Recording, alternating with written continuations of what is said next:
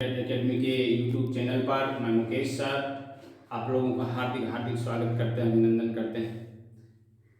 अधिगम को प्रभावित करने वाले कारक में मैं पार्ट 1 वीडियो अपलोड कर चुका हूं।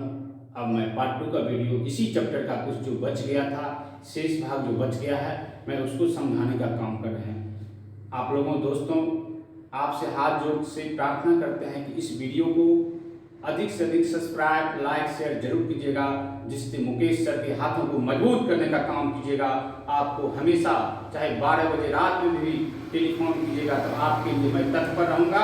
24 घंटा आपके सामने उपस्थित रहने का काम करूंगा। इस वीडियो को अधिक से अधिक लाइक, शेयर जरूर कीजिएगा, सब्सक्राइब। दोस्तों, शिक्षण सहायक सामग्री मैंने पिछले वीडियो में कुछ बताए थे, अब पार्ट 2 की बात करते हैं। शिक्षण सहायक सामग्री अध्यापक अधिगम की प्रक्रिया को, मतलब एक शिक्षक अधिगम की प्रक्रिया को सरल, प्रभावकारी एवं रुचिकर बनाने वाले उपकरणों को शिक्षण सहायक सामग्री कहा जाता है। कहने का मतलब हुआ, आप जो बच्चे को पढ़ा रहे हैं, पढ़ाने में कुछ ऐसे विषय वस्तु को लाइए जिसे परिचित करवा के, वस्तु को वास्तविक पदार्थ से परिचित करा के, अनुभव करा के बच्चों में रुचि उत्पन्न हो सके। कठिन से कठिन परिस्थिति में भी बच्चों को सरल तरीके से समझा सके। इंद्रियों के प्रयोग के आधार पर शिक्षण सहायक सामग्री को 3 वर्गों में विभाजित किया जा सकता है। श्रव्य सामग्री, श्रव्य का अर्थ होता है सुनना। दोस्तों ध्यान से सुनिए, श्रव्य का अर्थ होता है सुनना। दृश्य सामग्री, दृश्य का अर्थ होता है देखना, जिसमें आंख एक्टिव हो, सक्रिय हो। दृश्य सहायक सामग्री मतलब ऐसा विषय, ऐसा वस्तु जिसमें आप देख भी सकते हैं और सुन भी सकते हैं, ऐसे वस्तु को दृश्य श्रव्य सामग्री कहते हैं। दृश्य सहायक सामग्री का अर्थ उन साधनों से है जिसमें केवल देखने वाली इंद्रियों, मतलब आंख आपका एक्टिव रहता है या प्रयोग होता है। इसके अंतर्गत चित्र, पुस्तक, मानचित्र, ग्राफ, ब्लैक बोर्ड इत्यादि का प्रयोग हम लोग करते हैं। जब बच्चे को इसके माध्यम से, चित्र के माध्यम से है, मानचित्र के माध्यम से हो, ग्राफ के माध्यम से हो, जब इस सब का प्रयोग करेंगे तो बच्चे में रुचि जो होगा विकसित होगा, समझने की क्षमता ज्यादा होगा, बशर्ते एक शिक्षक योग्य होनी चाहिए। चित्र के माध्यम से, चित्र का प्रयोग ऐसी क्लास में करेंगे, इतना बड़ा होनी चाहिए चित्र जैसे कि पूरे क्लास के बच्चे को समझ सके। मानचित्र के प्रयोग से हम लोग जल, थल, वायु, इस सारे चीज के बारे में हम लोग पढ़ सकते हैं। भूगोल के बारे में भी मानचित्र से हम लोग पढ़ते हैं। ग्राफ के माध्यम से हम लोग भूगोल में भी पढ़ते हैं। गणित में भी कुछ चीज को हम लोग समझाने का काम करते हैं। श्याम पट तो हमेशा जब हम लोग बड़े वर्ग में आते हैं तो श्याम पट का प्रयोग सबसे अधिक करते हैं। दृश्य सहायक सामग्री उन साधनों या उन समस्त सामग्री से जो कक्षा में अथवा अन्य शिक्षण परिस्थितियों में लिखित अथवा बोली हुई पाठ्य सामग्री को समझाने में सहायता देती है। इसके अंतर्गत सिनेमा, दूरदर्शन, नाटक इत्यादि आते हैं। कहने का मतलब, जब आप लोग बच्चे सिनेमा हॉल में जाते हैं तो सिनेमा हॉल में आप सनी देओल का फोटो भी देखते हैं और वो एक्टिंग कैसे करता है, एक्टिंग कैसे कर रहा है, इस सारे चीज का भी प्रयोग आप लोग देखते होंगे। इससे क्या होगा, इसमें आपका इंद्रियां, कहने का मतलब आंख और कान दोनों सक्रिय होता है। यह ज्ञान जो होता है सबसे अधिक अस्थायी होता है। हम लोग चलचित्र के बारे में प्रयोग किए हैं। चलचित्र का मतलब सिनेमा हुआ। चलचित्र अथवा सिनेमा के अनेक लाभ हो सकते हैं। इसके द्वारा प्राप्त किया हुआ ज्ञान, इसके माध्यम से जब बच्चे को पढ़ाने के काम करते हैं तो ये इसमें ज्ञान जो होगा अस्थायी होता है। वास्तविक पदार्थों का तात्पर्य उन पदार्थों से है जिन्हें बालक देखकर अनुभव करता है। जब इस सारे चीज का जब हम लोग प्रयोग में लाएंगे, एक विषय वस्तु के पाठ सामग्री से जोड़ने का काम करेंगे, बच्चे में अधिक से अधिक समझने की कला विकसित होगा।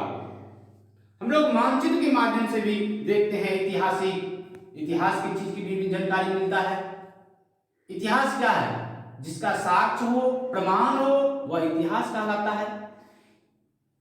अब मुगल वंश की बात करते हैं। राष्ट्रपति भवन में कुछ ऐसे विषय वस्तु रखे हुए हैं जिनके प्रयोग से उसके किस काल का बना हुआ है, किस समय का बना हुआ है। सैंदव सभ्यता की बात करें, लोथल की बात करें, इस सब से बात करने से क्या होता है, बच्चों में विकसित होगा, इसके प्रयोग में लाएंगे। मानचित्र, आप टेलीफोन के बारे में पढ़ाते हैं तो बच्चे टेलीफोन, जो बच्चे नहीं देखा है, टेलीफोन को जब लाने का काम करेंगे तो वस्तु को लाने का जो काम करते हैं, टेलीफोन देखने से बच्चे में क्या होगा, रुचि उत्पन्न होगा, बच्चे की पढ़ने की उत्सुकता होगा।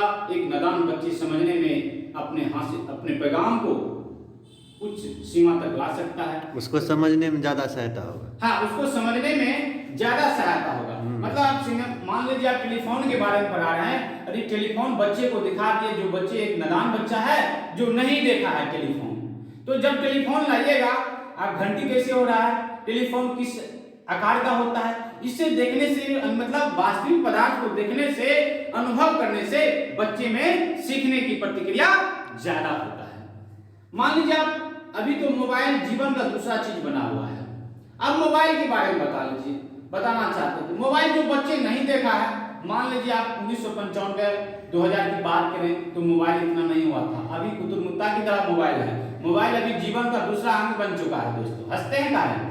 कहने का मतलब ये हुआ, अब जो बच्चे मोबाइल नहीं देखा है तो मोबाइल के बारे में बताइएगा तो हमेशा बोलिएगा मोबाइल इस रंग का होता है, मोबाइल 4G होता है, 3G होता है, 2G होता है, बच्चे नहीं समझेगा।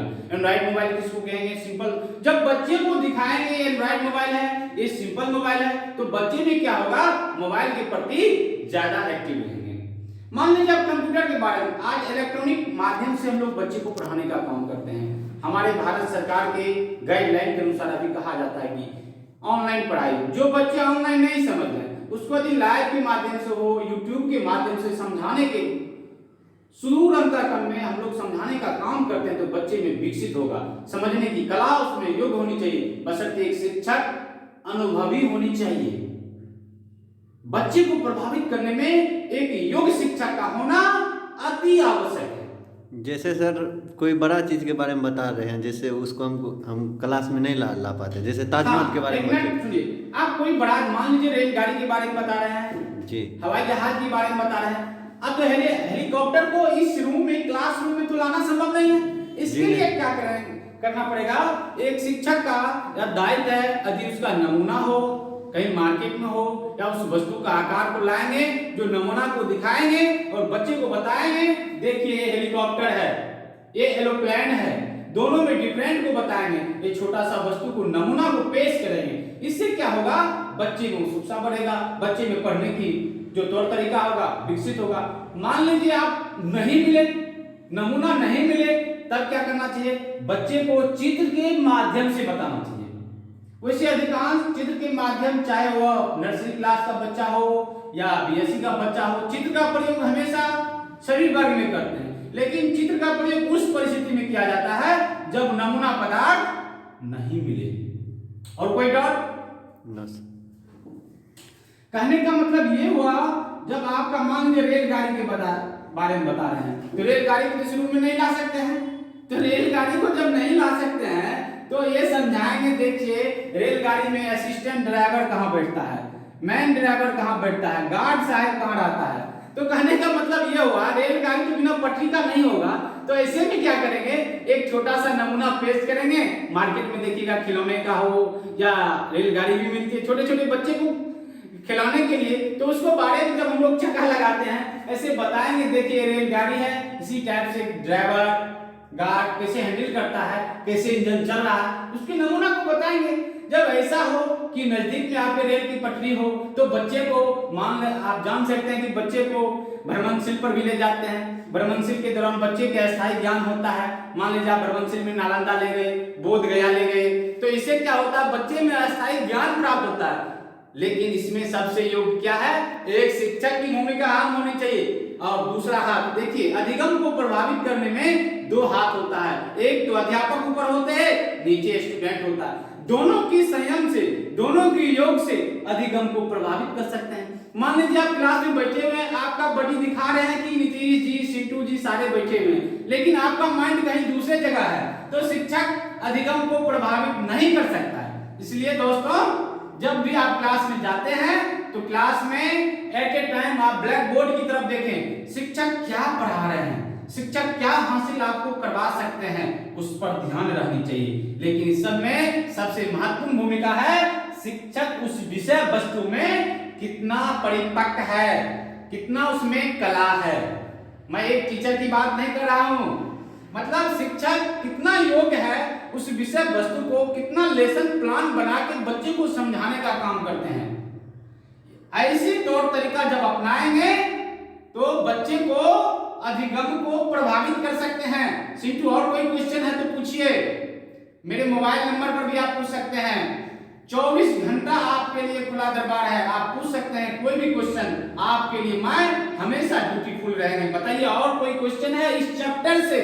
मैं हॉल एंड सॉल्व की बात करते हैं इस चैप्टर में, अधिगम को प्रभावित करने में। आज इलेक्ट्रॉनिक माध्यम की से हम लोग पढ़ते हैं, कंप्यूटर के बारे में बता रहे हैं। अब बच्चे अभी लाइव कर रहा है, कंप्यूटर का थ्योरी पढ़ा देते हैं। मान लीजिए अभी जो कुतुरमुत्ता की तरह कंप्यूटर है, कहता कंप्यूटर पढ़ रहे हैं, कंप्यूटर सीख रहे हैं। बच्चे को जब पूछते हैं बताओ कीबोर्ड कहाँ है, माउस कहाँ, सीपीयू कहाँ, बच्चे नहीं बता रहा, लेकिन सीपीयू की परिभाषा बच्चे जान रहा। ये आप अधिगम को प्रभावित नहीं कर रहे हैं। कहने का मतलब हुआ जब बच्चे को जब बताएंगे लाइव में, जब दिखाते हैं ये कीबोर्ड है,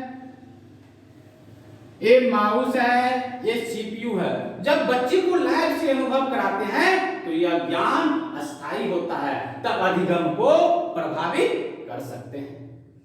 कहने का मतलब अब हम इसको संक्षेप में ऐसे कर सकते हैं, सिखाने की ऐसा विधि जिसमें आप सहायक सामग्री का प्रयोग लेकर किसी विषय वस्तु के बच्चे को समझाने में आप सफल हैं, बच्चे सक्सेसफुल हो जाते हैं, आप ये योग्य शिक्षक कहलाते हैं। इसमें सबसे महत्वपूर्ण है शिक्षक की कला, शिक्षक की पढ़ाने की विधि, तरीका, नियम, प्रतिक्रिया, ये सारे चीज डिपेंड करता है। तो दोस्तों, इस वीडियो को सब्सक्राइब, लाइक, शेयर जरूर कीजिएगा और मुकेश सर के हाथों को मजबूत करने का काम कीजिएगा, जिससे आने वाले समय में आपको एक से एक वीडियो का सीक्रेट का अपलोड करते रहेंगे। दोस्तों, अधिक से अधिक इस वीडियो को सब्सक्राइब, लाइक, शेयर जरूर कीजिएगा। इसी के साथ मैं अपनी वाणी को विराम देता हूं।